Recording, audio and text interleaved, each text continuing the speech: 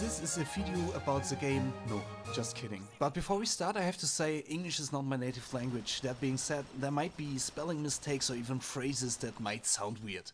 If that's the case, please let me know in the comment section. That will improve my language skills and you will get better videos in the future. Win-win. Kind of. Well, that was pretty lengthy. Are you done yet?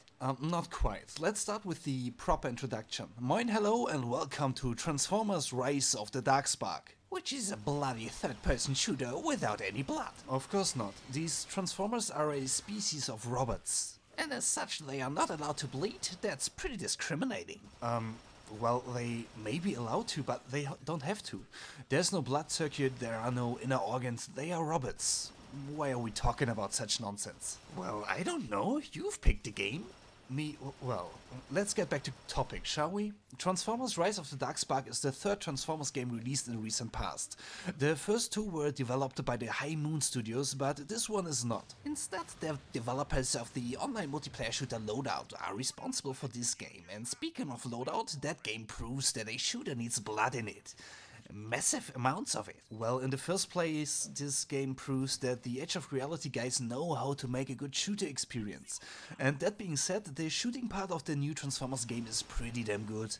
The weapons feel mighty, vigorous. And exactly the same as in the first two games of the franchise. Gameplay-wise, if you already have played one of these two games, you will feel right at home in this one.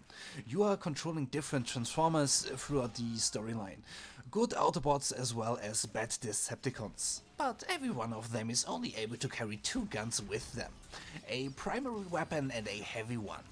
You will be able to change them if you happen to find a new weapon, but changing is all there is. No carrying with you in case you might need them, just swapping the one you already have with another one that you found. In addition, there are special abilities for every Transformer. Optimus Prime, as an example, has a mighty shield, which will catch all incoming bullets and can be used as a heavy melee attack weapon. This Swindle guy, on the other hand, has some kind of a ball-shaped automated artillery, which will fly around shooting at everything hostile. Of course, every Transformer has a transformation as well. Otherwise, their names would not make much sense, would they? You can turn your big-ass robots into cars, airplanes, and even insects, but not everywhere. There are situations or places where transformation is prohibited. But these no transformation areas are limited though. Most of the times you will be able to switch into vehicle form as you wish. And as a car or plane you will be able to use additional weapon systems or speed up quite a bit to flee from enemy fire or simply fast travel wider distances. In addition to the weapons, every Transformer will be able to use so-called techs and hacks. These tech thingies are a kind of a gadget or a potion, and they will be used up and disappear permanently if you activate them. And these hacks can be activated as well if you want to increase the gaming difficulty further. Techs, hacks, weapons and weapon upgrades will be collected out of gearboxes, which you will automatically receive after completing certain tasks, as leveling up or completing any kind of achievement requirement. But to use the stuff you get out of these boxes, you have to find a terminal first.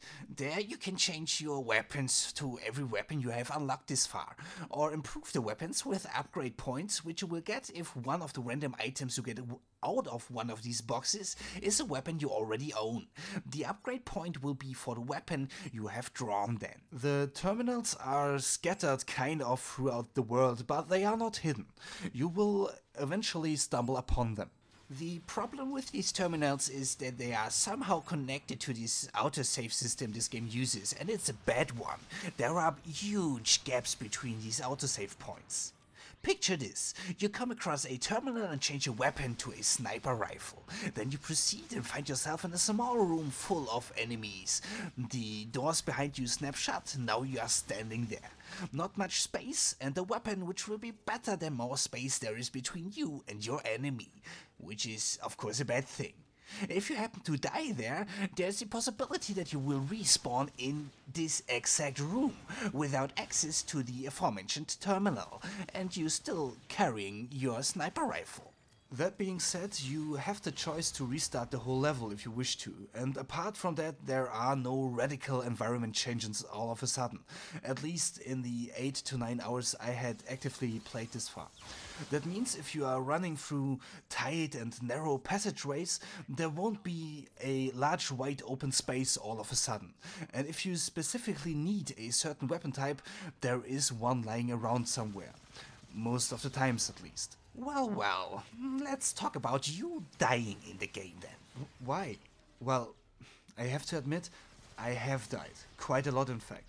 But I have played on hard, and at least for me this was a tough experience.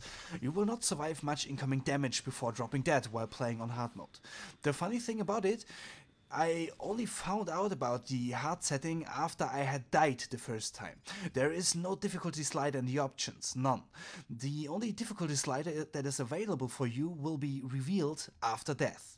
Well then, thank God you are that miserable in playing video games that you had the opportunity to find that out. Yeah, we're lucky, aren't we? That means, of course, if you happen to be really good, completing the whole game without dying even once, you will never find out about the potential challenge of a increased difficulty setting, because you will have to fail at least once to uncover this hidden secret.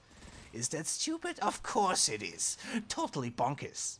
The dialogues between the Transformers in the game, on the other hand, are pretty good. Nice synchronization. Even if you want to play in another language than English, because the audio will always be in English. Subtitles and every other text aspect in the game, on the other hand, will be translated to the language of your choosing.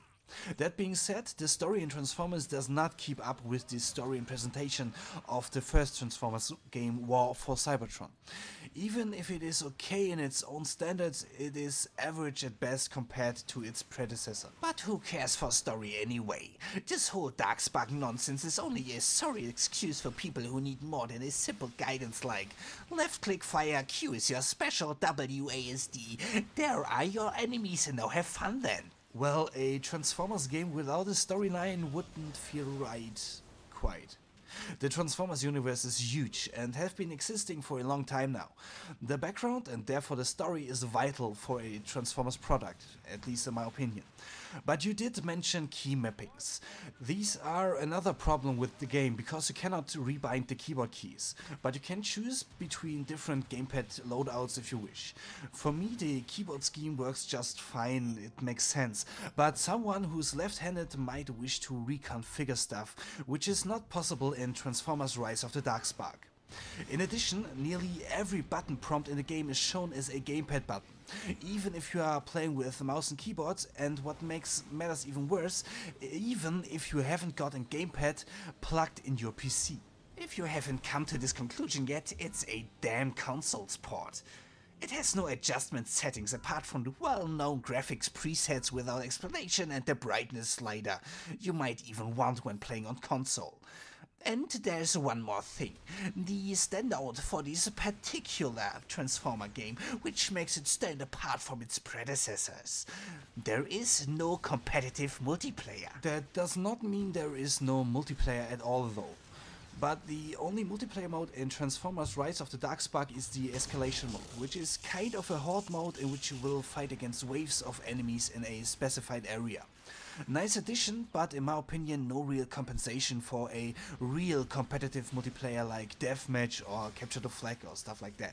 Apart from that, the frames per second in the multiplayer mode are kept to 30, when the single player FPS will be nice and smooth 60 all of the time.